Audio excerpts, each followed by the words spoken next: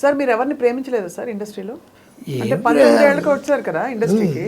అవును, ఉన్నాయి అప్పుడు ఉండింది ఎఫ్ఐఆర్లు. ఒక నేను ఆవిడ వాణి విశ్వనాథ్ గారు పెళ్లి చేసుకుందాం అనుకొని భలే దంపతులు అప్పుడు దీనికి కూడా వెళ్ళిపోయాం. ఏది వాళ్ళ కేరళలో గురువాయూర్ పెళ్లి చేసేసుకుందాం అన్నప్పటికీ 1 ఇయర్గా ఉంటున్నాం, తిరుగుతున్నాం అని. మొదట్లో బాగానే అంత హ్యాపీగా ఉంది. ఈ సినిమా లేడీస్ దగ్గర హ్యాపీ ఏంటంటే డబ్బులు మన జాగ్రత్తగా వాళ్ళని సాటిస్ఫై చేస్తే వాళ్ళకి కావాల్సినట్టు చక్కగా మాట్లాడి ఇలాంటి మాటలు చెప్పి, ఆవిడకి వాళ్ళ నాన్నగారు మంచి కవి, ఆవిడ బాగా మాట్లాడుతుంది. ఆవిడ కూడా గురువాయూరు వెళ్ళిపోయాం పెళ్లి చేసుకుందామని. గుడి తెరవల ఏంటంటే ఆ రోజు సూర్యగ్రహణం, వెనక్కి వచ్చేసాం. గుడి లేదుగా, అందుకని చేసుకోవాలి. అలా ఇంకో 2 అలాంటివి ఉంటే అక్కడ దాకా వెళ్ళి ఇంకా అయిపోయింది అనుకుంటే అవదు. దానికి మీరు ఏమన్నా ఎందుకు అవ్వలేదని ఆలోచించారా? ఆలోచిస్తే ఇన్ని సినిమాలు రాయలేం, అంత ఆలోచిస్తే. తనతో వెళ్ళాం ఆ రోజు. అంటే బాధపడరా అయ్యో కాలేదే అని? ఆ బాధపడ్డమేగా.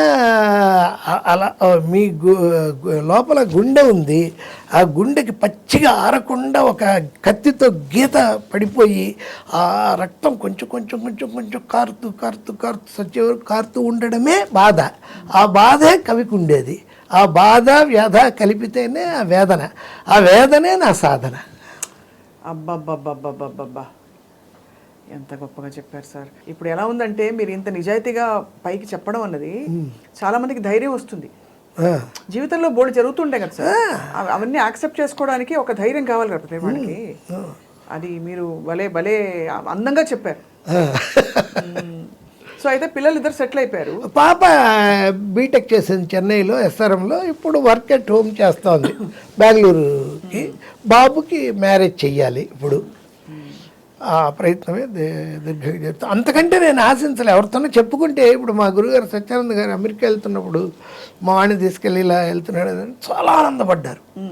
చాలా గొప్ప పని చేసేవయ్యా, మన సినిమా వాళ్ళంతా అసిస్టెంట్ డైరెక్టర్లుగా వాడిని కెమెరా డిపార్ట్మెంట్లో చేర్పించి చాలా మంది సార్ అంటే స్ట్రగ్లింగ్ స్టేజ్ తయారైపోతారు. ఎందుకు అలాగా? చదువు లేకుండా మనదే అది. మా ఇంట్లో సినిమా ఒక్క షీల్డ్ ఉండదు. మెడ్రాస్లో నాకు ఇంకో ఇల్లుంది, అక్కడే కొన్ని రోజుల నుంచి అక్కడే అన్నీ రాజబాదర్ అని ఉన్నాడు. అక్కడ ఎవడైతే షీల్డ్ తయారు చేశారో వాడికే ఇచ్చేసి ఏవో డబ్బులు వస్తే తీసేసుకున్నాను. ఒక్క సినిమా వాతావరణం అనేది ఉండదండి, అసలు ఉండదు. ఒకే ఒక ఫోటో ఉంటుంది మా ఇంట్లో. శివాజీ గణేశన్ బంగారు కుటుంబం సినిమాకి నాకు అవార్డు ఇచ్చేది. నాకు ఇష్టం శివాజీ అంటే, అంతే తప్ప సినిమా అనేది లేదండి. ఇది కేవలం మీకు ఒక వృత్తి, ప్రవృత్తి, అన్నీ కూడా అన్నీ ఇదే. ప్రాణం తీసే విషయం అన్నీ సినిమానే. కష్టాలు బాధలు మీరు సినిమా కష్టాలు చూడలేదు, చూసినా వాటిని దులుపుకుపోయారు. చూడలేదు. సినిమా కష్టాలు ఏముంటే ఎందుకు? 82లో బాలచందర్ రమ్మంటే వెళ్ళాను నేను విజయవాడ నుంచి ఎస్ఆర్ఆర్లో చదువుకొని. అసలు మా లెక్చరర్లే ఎలా ఉండేదంటే, నాకు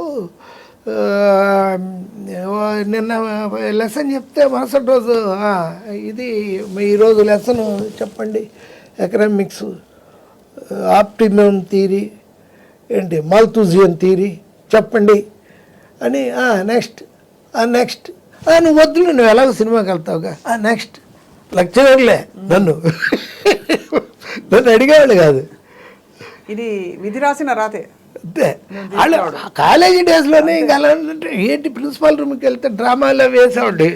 ఏదైనా గొడవ వెళ్తే ఈయన హనుమారెడ్డి గారిని ప్రిన్సిపాల్ ఉండేవాడు. ఆయన ఏమయ్యా చదువుకుంటేనే కదా రేపు బాగుపడతారు, అతనంటే అలాగో సినిమా ఫీల్డ్కి వదిలేసాయి ఏంటో అసలు ఇక వెళ్ళకపోతే కొడతారేమో అన్నట్టుగా వెళ్ళాల్సి వచ్చింది.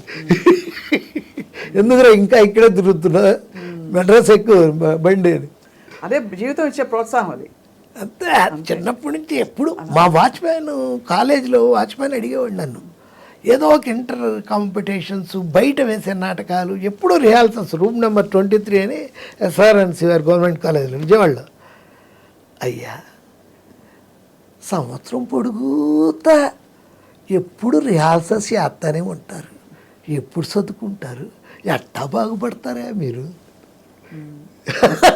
ఇట్లా బాగుపడ్డారనమాట. అదే అంటే నువ్వు ఈ మాట అడిగా కదా రామయ్య, నీ ఆశీస్సులే నన్ను సినిమా వాడిని చేస్తుంది. ఏం సినిమాలయ్యా, పోస్టర్ గోడకు అతికేస్తున్నాడు, నిమిషాలు సింపేస్తున్నారు వాడు. గొప్ప అలా నా ఇదినే అది. మెడ్రాస్ వెళ్ళి బాలచంద్ర గౌడ్ని కలిశాను. ఆయన ఏదో ప్రాజెక్ట్ అన్నారు, వెళ్ళడం రావడం. ఆఫీస్కి వెళ్తే ఆ టైంలో ఉంటే భోజనం పెట్టేవాళ్ళు, మనకేమో ప్రెస్టేజ్ ఉంటుంది చదువుకున్న వాళ్ళం కాబట్టి వచ్చేసేవాళ్ళం.